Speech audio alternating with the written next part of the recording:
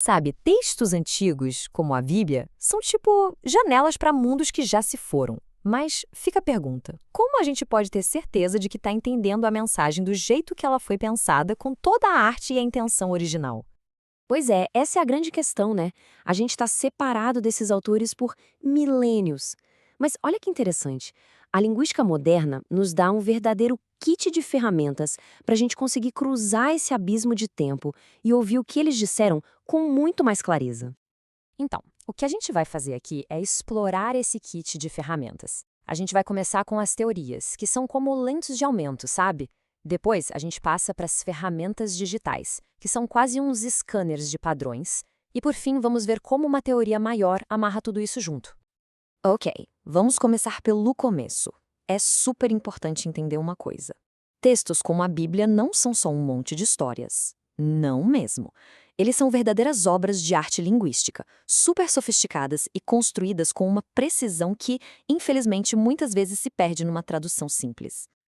Beleza, vamos fundo nisso. Quando se fala em teoria linguística, pode soar meio abstrato, né? Mas não é.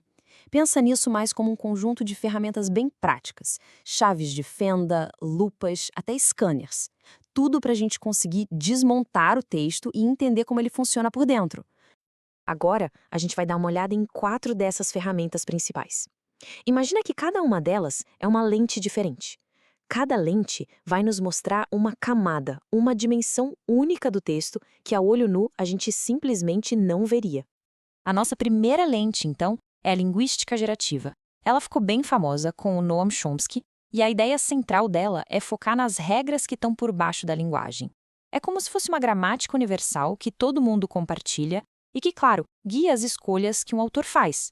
Para entender isso na prática, em idiomas como o hebraico antigo, se o verbo já indica quem está fazendo a ação, usar um pronome separado é opcional. Você não precisa.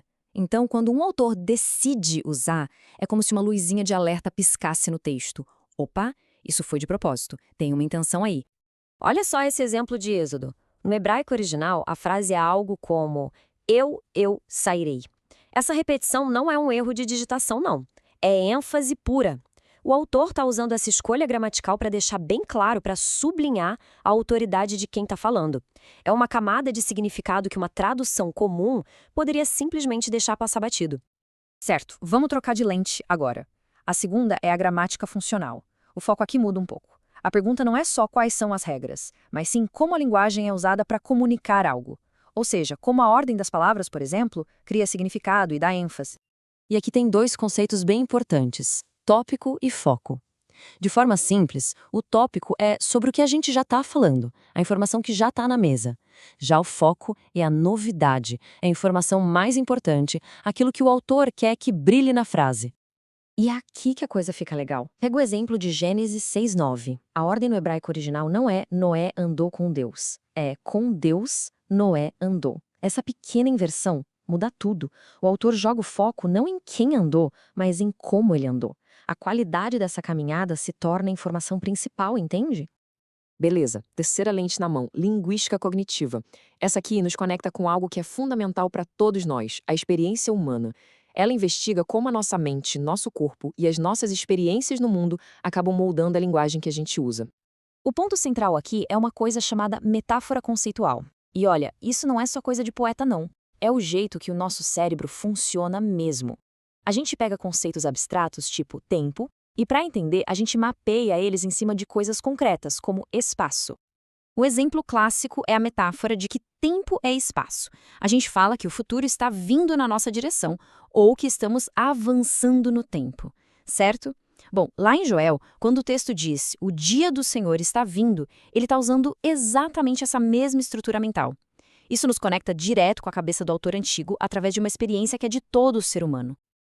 Ok, agora a gente vai deixar um pouco as lentes teóricas de lado e entrar de cabeça na era digital. Pensa nas ferramentas computacionais como scanners superpotentes. Elas conseguem processar uma quantidade gigantesca de texto para revelar padrões que seriam assim impossíveis de ver a olho nu. E como isso funciona? Bom, o processo é bem metódico. Primeiro, os textos são digitalizados. Depois, cada palavrinha é etiquetada com informações gramaticais. Aí, Entram algoritmos de machine learning para analisar esse mar de dados e, no final, eles identificam padrões, tipo uma impressão digital do estilo de um autor. E uma das aplicações mais fascinantes disso é o que chamam de agrupamento de autores.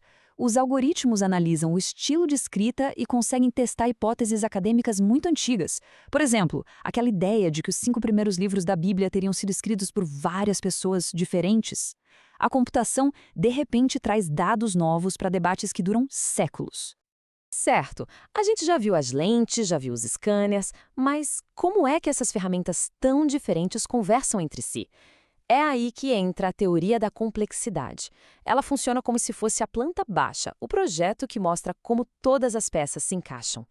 Então, a gente tem todas essas abordagens na mesa: a gerativa, a funcional, a cognitiva, a computacional, a histórica. O legal é que elas não estão competindo umas com as outras. Na verdade, cada uma descreve um ângulo diferente de um mesmo sistema, que é um sistema bem complexo. A teoria da complexidade não chega para substituir nenhuma delas. Pelo contrário, ela nos dá uma visão de cima, uma metateoria. Ela basicamente nos lembra que a linguagem é um sistema vivo, dinâmico, onde a gramática, o uso, a nossa mente e os padrões estão o tempo todo interagindo. É como diz a Sophia Pitcher. Uma abordagem de sistemas complexos entende que analisar as coisas de forma isolada acaba simplificando demais e muitas vezes mais atrapalha do que ajuda a entender o que se está estudando. A ideia, no fim das contas, é ver o quadro completo e não só as pecinhas do quebra-cabeça. Tá, mas e aí? Por que tudo isso importa? Importa porque muda completamente a nossa relação com esses textos. A gente deixa de ser um mero leitor de palavras para se tornar um ouvinte de uma comunicação que é super complexa e, mais importante, viva. O resultado de tudo isso é uma compreensão muito, mas muito mais rica. A gente consegue enxergar a arte do autor, recuperar detalhes de ênfase e foco, conectar aquela linguagem antiga com o nosso jeito de pensar hoje e até explorar perguntas super importantes com dados novos. É como sair de uma leitura em preto e branco para uma em altíssima definição. E tudo isso nos deixa com uma pergunta no ar, né? A aplicação dessas ferramentas todas está só no começo. Se ao desvendar a complexidade de um grupo de textos, a gente já aprende tanto, imagina o que mais tem por aí. A gente está abrindo a porta para redescobrir incontáveis outros mundos antigos e ver de perto a sofisticação de mentes que viveram há milhares de anos.